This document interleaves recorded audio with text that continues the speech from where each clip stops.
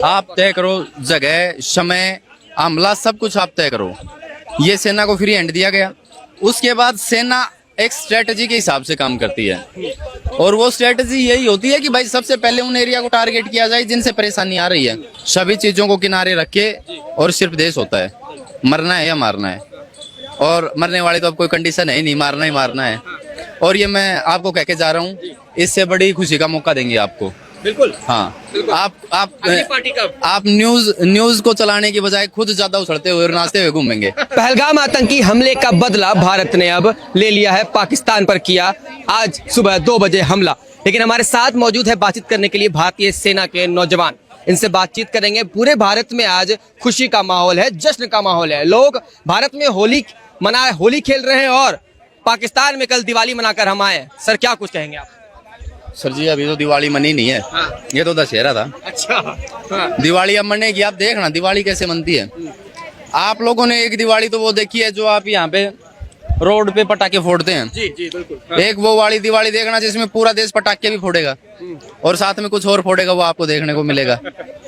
बार बार पाकिस्तान ही ये पहल करता है हमारे देश में घुसकर, हमारे देश में कुछ लोगों को बहलाकर फुसलाकर आतंकवाद को बढ़ावा देता है, आतंकवाद पैदा करता है।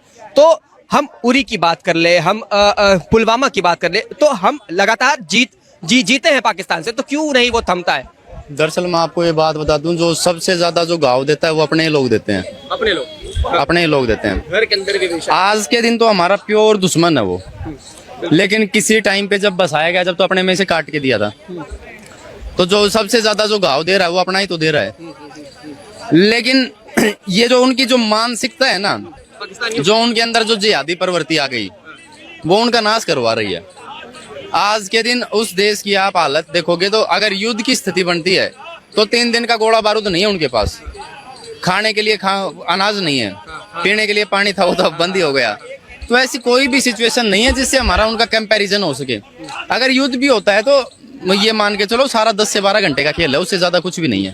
सर अब आगे क्या होगा? क्योंकि हम सब भारतीय इंतजार कर रहे थे, 15 दिन बीत चुके थे, लोग इंतजार करते कब प्रधानमंत्री जी जो है हमला बोलेंगे, कब बदला लिया जाएगा हमारे उन मासूमों का। अब आगे क्या होगा, आगे क्या किया जाएगा, ये हम देखिए, प्रधानमंत्री ने सेना को फ्री हैंड दे दिया था। बिल्कुल बिल्कुल फ्री हैंड दे कि आप सेना तय करेगी जगह, आप तय करो जगह, समय, हमला, सब कुछ आप तय करो। ये सेना को फ्री हैंड दिया गया। उसके बाद सेना एक स्ट्रेटजी के हिसाब से काम करती है और वो स्ट्रेटजी यही होती है कि भाई सबसे पहले उन एरिया को टारगेट किया जाए जिनसे परेशानी आ रही है। रात को उन एरिया को परेशान किया गया, ये मान के चलो उन एरिया को खत्म ही कर दिया गया। और उस चीज की घबराहट में जब उनको ये पता चलेगा कि हमारे पे अटैक हो, वो कुछ और ही सोच रहे हैं।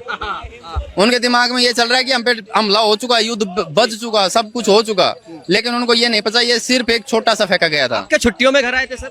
हाँ, छुट्टियां ही होती हैं भाई, सब करें क्या, वापिस जाना है। अब वापस जाना है? कब वापस जा रहे हैं? कल ही? मतलब आपकी छुट्टियां कैंसिल हो गई? कैंसिल।